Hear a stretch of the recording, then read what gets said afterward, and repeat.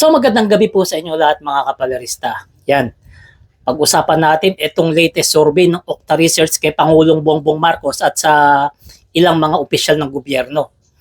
Nakakatuwa lamang na sa kabila ng pagbabatikos ng ilan nating mga konting kababayan kay Pangulong Bongbong Marcos, nananatili pa rin na mataas ang trust rating at approval rating ni Pangulong Bongbong Marcos sa mga Pilipino. Ibig sabihin, kumpiyansa at tiwala ang ating mga kababayan dito kay President Bongbong Marcos. Kaya ganyan kataas ang kanyang survey. At ganoon na rin, etong si Senate President Chis Escudero at Speaker Martin Romualdez. Tumaas ang kanilang mga numero. Ang kanilang mga ratings sa survey talagang hindi matatawaran. Dahil nakita naman natin na masipag rin naman talaga sila. Kaso dito kay BP Sara, talagang sumadsad talaga.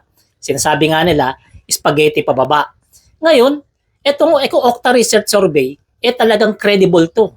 Dahil kung matatandaan natin, nung panahon ni dating Pangulong Duterte, bago siya bumaba ng pwesto, ang taas-taas ng trust rating at approval rating niya sa mga Pilipino noon. Talagang sinasabi nga, siya lang yung presidente na bumaba sa pwesto na mataas ang rating.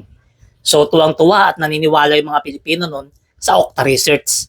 At nung panahon ng kampanya ni Pangulong Bongbong Marcos at ni BP Sara, mataas din yung kanilang mga survey at mga ratings. At ang nangyari, nanalo nga sila.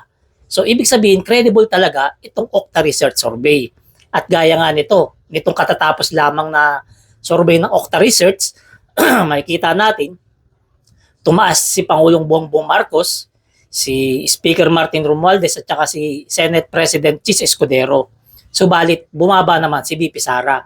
Pero itong survey na to, para sa maraming Pilipino, talagang credible pa rin. Kasi nakikita nga nila na marami ng mga Pilipino ang naniniwala at nagsusuporta kay Pangulong Bongbong Marcos. Dahil sa kanyang mga pulisiya, gaya ng paglaban niya sa karapatan natin sa West Philippine Sea at paglaban sa korupsyon. Siyempre, nandyan na rin yung pagbibigay niya ng ayuda sa mga magsasaka at mga mangingisda. Talagang hindi talaga matatawaran ang ating presidente sa sipag at tiyaga sa paglilingkod sa ating mga Pilipino. Kaya ganyan kataas ang kanyang trust rating at approval rating. Kayo, anong masasabi nyo? Comment nyo na lang inyong reaction para ating mapag-usapan. Salamat.